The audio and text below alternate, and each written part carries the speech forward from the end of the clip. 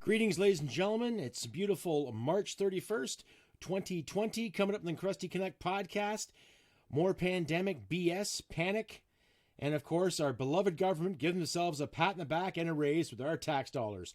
All that and more coming up on the Crusty Canuck Podcast. Stay tuned. Because I am hard, you will not like me. There is no racial bigotry here. Here you are all equally worthless. That's right, ladies and gentlemen. It's a beautiful October 31st, 2020. In the confines of Western Canada, in the midst of this pandemic, and of course, more political BS, woke BS, and other taxes and money going elsewhere. I'm your host, Crusty Canuck. And yes, as I mentioned, we'll be discussing this pandemic issue yet again. So, it's been nothing but on the news the whole time. The whole beer bug has been doing nothing but compromising our lives, keeping us at home, keeping us away, all in the name of public safety. Now, based on the information that I have read personally from the likes of Frank P. Vaughan, who has demonstrated the utmost professionalism and getting the information out there. And yes, I'm going to give him a plug because he's one of the most independent and, just brilliant human beings out there who has constantly put his ass on the line to get the information out to the public and to get the ball rolling and get people thinking about what's going on here. Now, I do admit I did a few episodes where I kind of dismissed the pandemic, dismissed the whole beer bug thing and, not really worry, because I compared it to H1N1 and I compared it to swine flu and SARS and all that good stuff. And even though there were more casualties from all the above illnesses, this is getting to a point where it's spreading rapidly. And not just in North America, all over the world. Now, I, for one, I'm not going to sit and worry what people are going to say. I don't care if they call it the Chinese virus or this or that or whatever. It's not racist to say it because any disease that has impacted our society, as we know it, was basically named on where it was based. Spanish flu came from Spain. German measles came from Germany. Right? Swine flu came from pigs. Bird flu came from birds. Right? It's not racist to call it Chinese because it originated in Wuhan, China. So, which is it? As I said in the title there, the whole woke BS and everything too. There's not so many woke individuals out there promoting their product anymore, right? And I guess in a way this virus is a good thing, waking people up to bigger and better things rather than the whole victimhood fucking mentality that has plagued us for a very, very long time. So, that being said, let's look at this. So let's look at what our government has been saying. Let's look at what our government's been doing about it. Now, past couple weeks, you've heard nothing. Every major news station in this country, whether it be Global, CBC, CTV, other independent outlets have done nothing but the whole beer bug on what's going on, what's happened here, what's happening there, and all these health officials weighing in, and yet Canada, being one of the most industrialized nations on the planet, cannot seem to find enough masks and enough gowns and personal protection equipment to keep this thing at bay, right? And was it not last month, in February, that our beloved government officials said it was okay to send 16 tons of medical equipment over to China to help them fight it? And at that time, too, in February, it was slowly creeping here and other parts of North America. And now you look at places like New York City, 40,000 people have been infected? 40,000, right? Not to mention the thousands now in Canada that have been affected, right? Like, I look at our health professionals, and the best thing they can tell us is that we got to stay home, we got to do this, and they keep giving us these lackluster frickin' word salads again and again and again. And I really, really wish I like to see some more unbiased health professionals on the broadcast stating what they can do, right? And another thing that gets me too is that you don't hear enough of the people that actually healed from this thing. You don't hear enough about that. Why isn't the mainstream looking after those people too? People who have survived it and lived through it. They give us more details on what actually has to be done, rather than big government stepping in saying, okay, now stay home, nothing to see here, nothing to do here. Just stay home, do as we're told. Right? Yeah, we got a plan. We're looking out for you. Yeah, and part of that plan is raising the carbon tax again. And, of course, giving the MPs another fucking raise. Holy shit, you know? I don't know what to say. Tell me what you think. CrustyBCanuck67@gmail.com. You can find me on Facebook under Crusty Canuck, Instagram under Canuck Crusty. There's other links I'll add to the description there where you can reach me at too. But please send a comment or two. Give me a thumbs up and a comment and like. All that good stuff. Keep the algorithm going. Let us independent folk get our words and advice and our theories out there too. You know? And it seems like every time we turn around, no matter what news station you put on, doesn't matter if it's American, Canadian, British, they're all saying the same thing. Yes, we've got an issue going on here. We have to sort it out. Oh, stay at home, quarantine yourself, self-isolation, you know, social distancing, all these other words that are coming up telling us what to do. And then you're hearing cases all over Canada about people being ticketed because they're not following the rules. You know, or they're being fined for being out. You know? Like, what's next? Total martial law?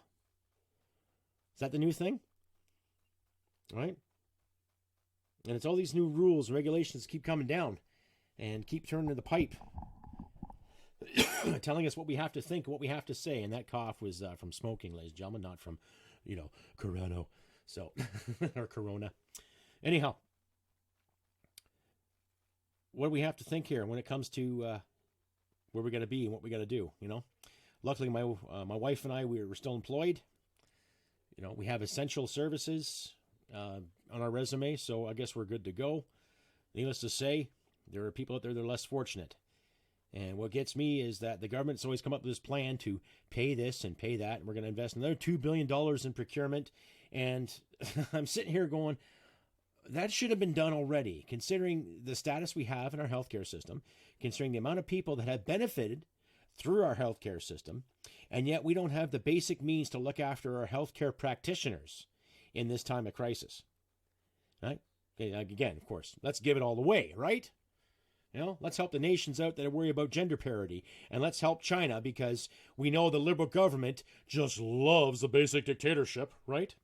What would Sean Connery say about something like this? Total pish-ass shit, which I say. Yes, exactly, money penny. You know, like, what do you do? Right? And of course, tomorrow being April 1st, now, whether it's an April Fool's joke or not, but the buzz on Facebook and other media outlets, a lot of the conservatives weighing in about another increase in the carbon tax. Wow, you know? Now, what gets me is that they're talking about increasing the carbon tax, and yet every MP in Parliament is getting a fucking raise, too. So, where's this money coming from again, ladies and gentlemen? I ask. You know? I ask this again. This country is going through a nasty pandemic. People are getting hurt, people are getting sick, and people are dying. And yet the politicians always find the time to pat themselves on the back, reach into our pockets, and reward themselves for minimum work yet again. Now, don't get me wrong. There are some conservative politicians I have respect for, libertarian politicians I have respect for, but I am really, really getting tired of the liberal brand tarnishing this country. I'll tell you this right now, they're not as liberal as they say. They're not remotely close to anything liberal, right? And our beloved potato, Mr. Pert Plus himself, according to a Global News article I read today, Ralph Goodale named special advisor to feds on Iran plane crash. For those of you who don't remember who Ralph Goodale was, he was Mr. Safety Minister prior to the 2019 election. And he didn't do a very good fucking job. He had an excuse for everything. He had an excuse for the Danforth shooter, had an excuse for the rise of illegal gun crime happening in every major city in this country. And basically, there's a picture of him around the internet snoozing in Parliament. So it just goes to show where his interests were at the time. So, story reads, former Liberal Cabinet Minister Ralph Goodale has been appointed special advisor to the Trudeau government into Iran's downing of a commercial airliner in January. Prime Minister Trudeau says Goodale will examine the lessons learned from the Ukraine International Airlines Flight 752, as well as other air disasters, including Ethiopian Airlines Flight 302 and Air India Flight 182. Goodale will support ongoing government efforts to come up with recommendations on tools and mechanisms. Note that tools and mechanisms needed to prevent future disasters. Goodale's appointment comes as Iran missed a deadline last week to surrender the flight recorders from the jetliner which the Iranian military shot down on January 8th. So what's Mr. Ralph Goodale going to do? He's going to say, now Iran, stop that. You give us those recorders or we're just not going to talk to you anymore. Or is he actually going to have some fucking balls and take a stance? But then again, our government doesn't have any balls to stand against tyranny. They love tyrants. Of course they do. Right? The downing that killed 176 people aboard, including 55 Canadian citizens and 30 permanent residents. Yes. And the outrage in that. Where was the outrage about that? So, Iran's representative to the International Civilization Organization in Montreal promised on March 11 to transfer all information within 2 weeks to assist with its investigation into the crash. But as of March 26, that did not occur. Goodale, a veteran Saskatchewan MP, a career politician, was Canada's public safety minister. We all know that. We know what kind of great job he did. Right? Great effort, you fucking putz. Until his defeat in last fall's federal election, and has overseen numerous other portfolios, including finance and natural resources. Okay, so here's this clown who couldn't put public safety as a priority when it came to illegal gun trading, when it came to gang violence, and what happened in Danforth and other incidents. How the hell is he going to come to any kind of conclusion sorting out Iran and what they did to our citizens? Right? And finance, I'm not even going to go there with fucking finances. Since Bill Morneau's doing such a great job at that, we'll charge more tax, we'll give ourselves a raise, and fuck the Canadian people. That's the way I look at it. And natural resources, well, Mr. Goodale, you got to develop the natural resources to be a minister of it. So, of course, a spokesperson for the Prime Minister's office initially said Goodale would be paid for the role. They later clarified, saying only out-of-pocket expenses will be reimbursed. Okay, so more tax dollars going to an individual who did a lackluster job before as public safety minister. What do you think he's going to do in Iran on our behalf to justify what happened to those Canadians, to justify what happened to the permanent residents? What is he going to do? What did the Prime Minister do? Absolutely fucking nothing. He sat there and he bowed to the goddamn foreign minister in Iran. What do you think Goodale's going to do? Now, they're there. Nothing to see here. Let's move along. Yeah, okay. Well, that speaks for itself, ladies and gentlemen. And it goes to bring me, like, I do my best not to harp all the time when it comes to this government every time I do a podcast. But it's getting to a point where I can't help it. I really, really can't help it. There's also an article I downloaded here, too, which came from the Canadian News here, from the National Post. Basically, it's a timeline you can find. I'll leave a link to the description here. So, a timeline which sets the record straight for Canada's failure to effectively respond to the pandemic before it turned to a crisis was compiled by columnist David Staples and published in the Edmonton Journal.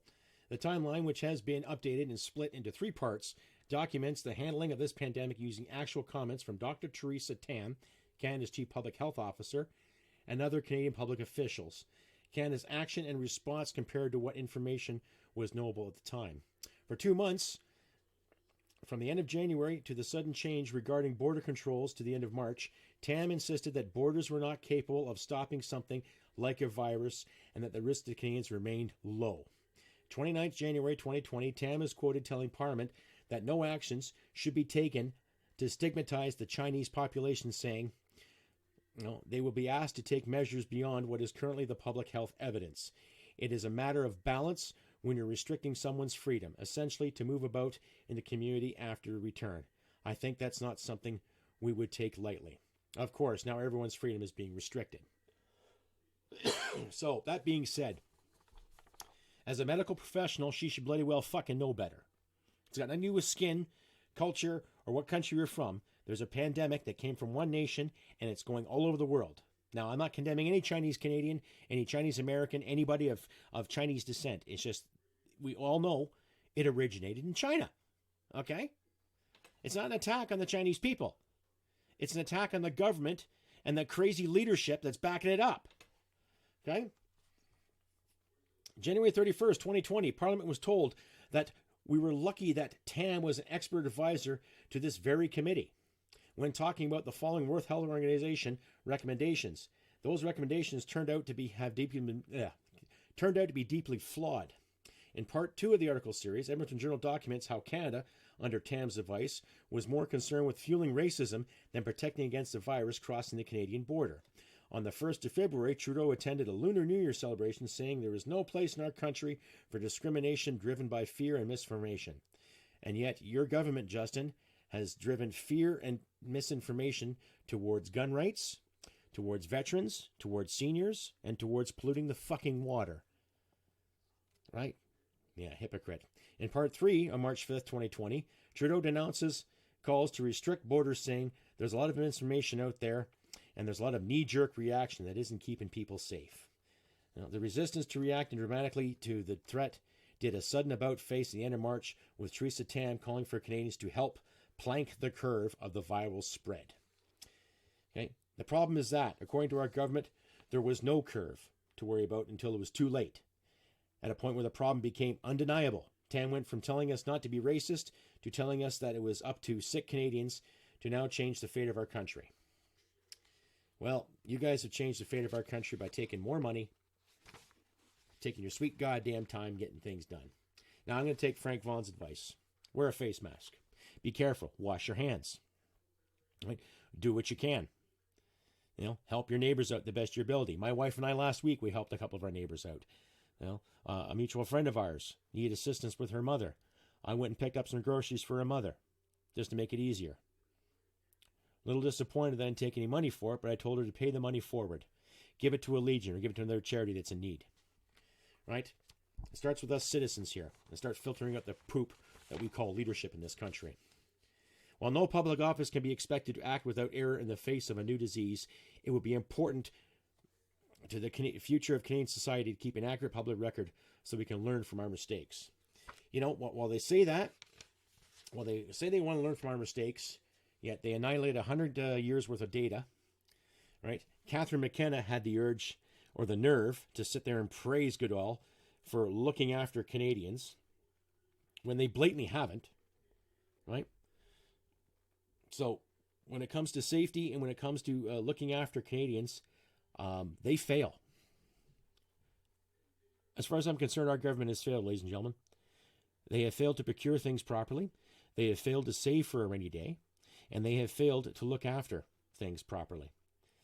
Oh, God, I'm just regurgitating stuff here, but it's, I don't know. Tell me what you think. CrustyBCanuck67@gmail.com. Or you can find me on Facebook, or you can find me on Instagram at Canuck Crusty. Leave a comment in the Podbean or the YouTube comments respectively. And I'll leave other links to how you can contact me later on. But I don't know, folks. The best we can do is just still stand together, bind together, look after what we got to look after. Help each other out the best of our ability. Don't be intimidated to go outside. Spend some time outside. Get some fresh air. Try to be active as best you can.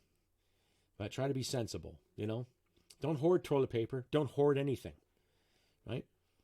But on a positive note, I can say there are some politicians in this country that are standing up for us. Some conservatives in the federal government and some conservatives in the Ontario provincial government have stood up. Doug Ford basically told price gougers out there to basically get a goddamn grip or we're going to penalize you, right? Now, I'm all for free markets, ladies and gentlemen. I'm all for free markets, getting ahead, making money. But if you buy something that costs $4 and you hoard it all, then you turn around and try to sell it for $40 or $50, what's that tell you? Well, a couple words come to mind. That you're a dick, and you're a greedy son of a bitch, and you're taking the free market model and you're turning it into a fucking joke. Right? So to anybody out there who wants to hoard things out of fear, fucking smarten up. To those individuals that have things and they're willing to give some or help out, by all means, right? But hats off to Mr. Doug Ford there for actually standing up, taking the initiative, telling these clowns where to go. And he also took some time out of his life to donate 90,000 masks. He loaded up in his old truck and he distributed himself to the people that needed it. I forget what hospital it was. There's a story there. I'll leave a link in the description. But that shows me a lot. Now, whether you love or hate the guy, it doesn't matter. The man took the initiative to do something. Good for him. You know, and I'll salute that, regardless of how you feel about his policies or not. Right? And as I mentioned there earlier in the title, reference the woke culture. You're not going to be finding too many people now worrying about the wokeness, right? There's a bigger catastrophe and crisis going on here right now. So, we got to focus on that. That's my concern.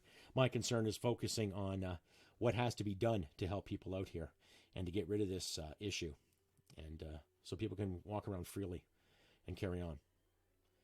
That's my thing. I don't want martial law. I don't want a strange police officer telling me where you're going, what are you doing, how you getting there, right? You know, just to justify my existence, to put food on my table. And I really don't give a fuck what the government's going to be handing out. You know, if they're going to raise the carbon tax and give themselves a raise, well, they obviously don't give a shit about you or me, right? Enough is enough, folks.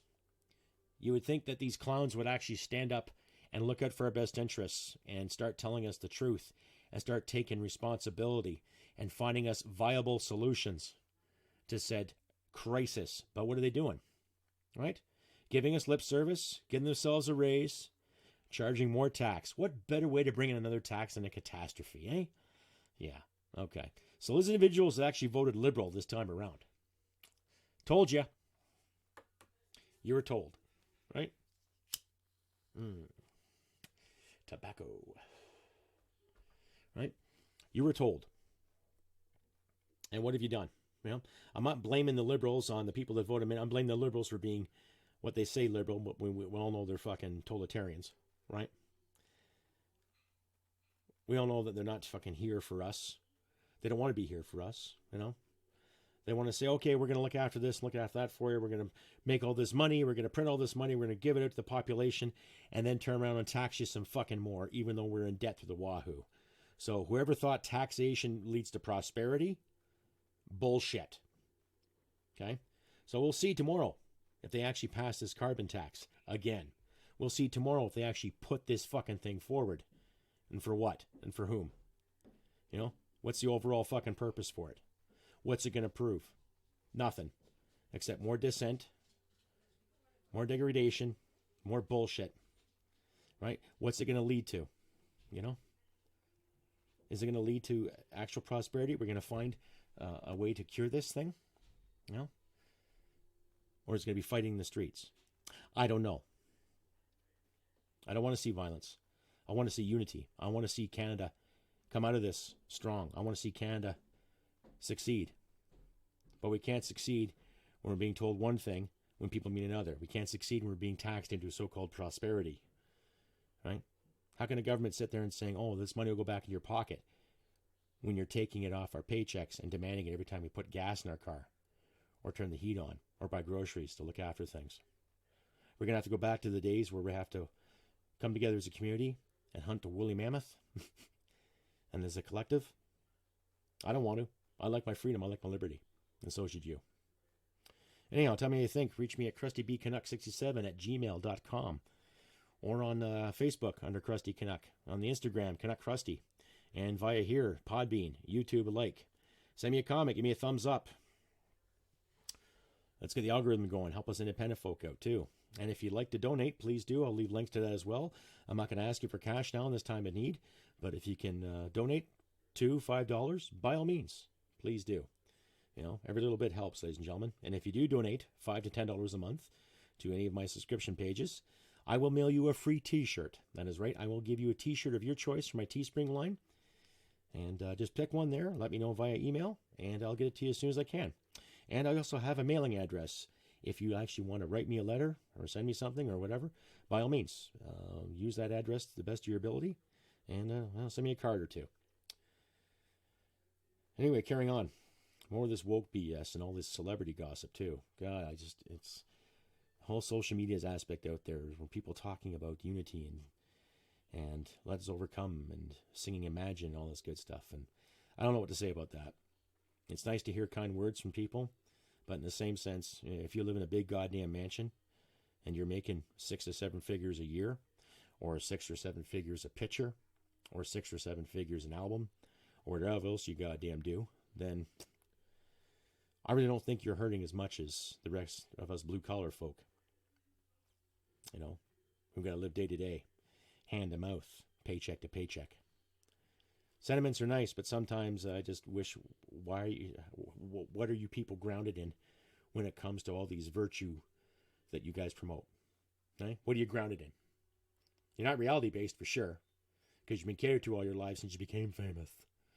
So, that's my thing on woke culture. Woke culture is just a joke. There's being awake to things, then there's being asleep to things, period. Anyhow, that's my spiel for today, ladies and gentlemen. March 31st, 2020, on the Crusty Canuck Podcast. As I say again, if you feel like donating, please do. Links are at the bottom, and the description will be at the bottom too with all my sources. And as I say, do what you can. Keep your head up, chin up, you know. Well, the old British-Canadian adage, you know, chin up, stick it out. Do what you can to help your neighbors out. Do what you can to help each other out. You know, keep words about you. Keep your hands clean. Get a mask. You know, be extra careful. But persevere. We will overcome this. And we'll be ever stronger for that. So as I say, look after your friends and your loved ones. Take care of yourself. And remember, folks, humanity and merit wins the day. Take care, and I'll see you next time. Bye for now. Because I am hard, you will not like me. There is no racial bigotry here. Here you are.